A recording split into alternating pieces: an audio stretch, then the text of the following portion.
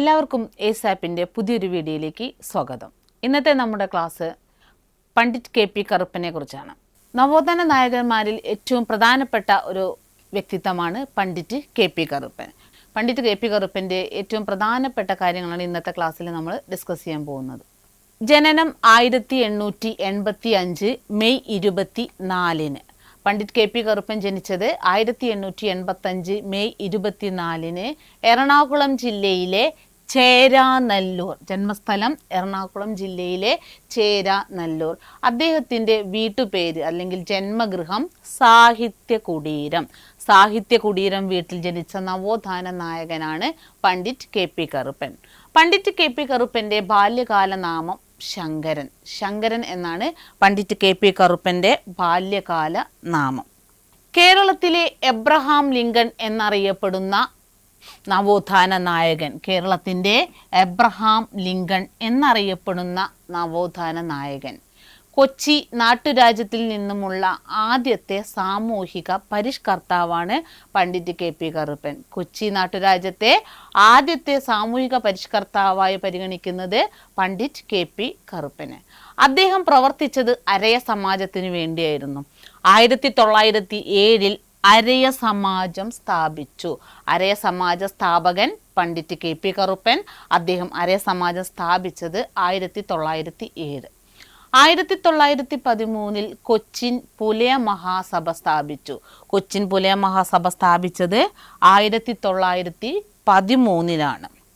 കായൽ സമ്മേളനം വിളിച്ചു ചേർത്ത നവോത്ഥാന നായകൻ. കായൽ സമ്മേളനം വിളിച്ചു ചേർത്തത് 1913 ഫെബ്രുവരി 14.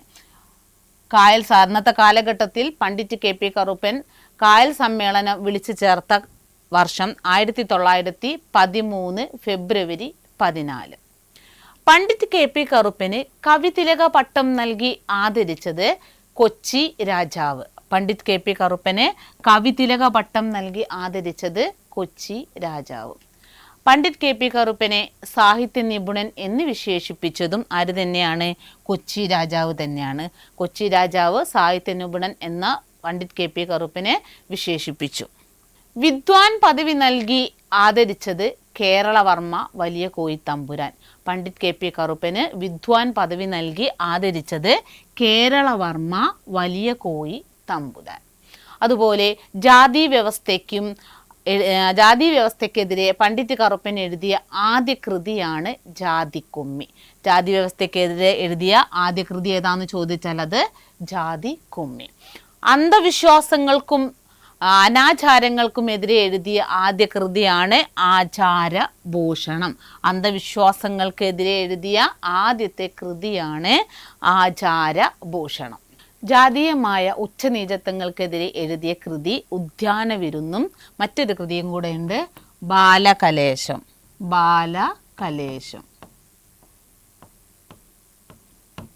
ചട്ടമ്പി സ്വാമികളുടെ സമാധിയിൽ അനുശോചിച്ച് പണ്ഡിറ്റ് കറുപ്പൻ എഴുതിയ കൃതിയാണ് സമാധി സപ്താഹം.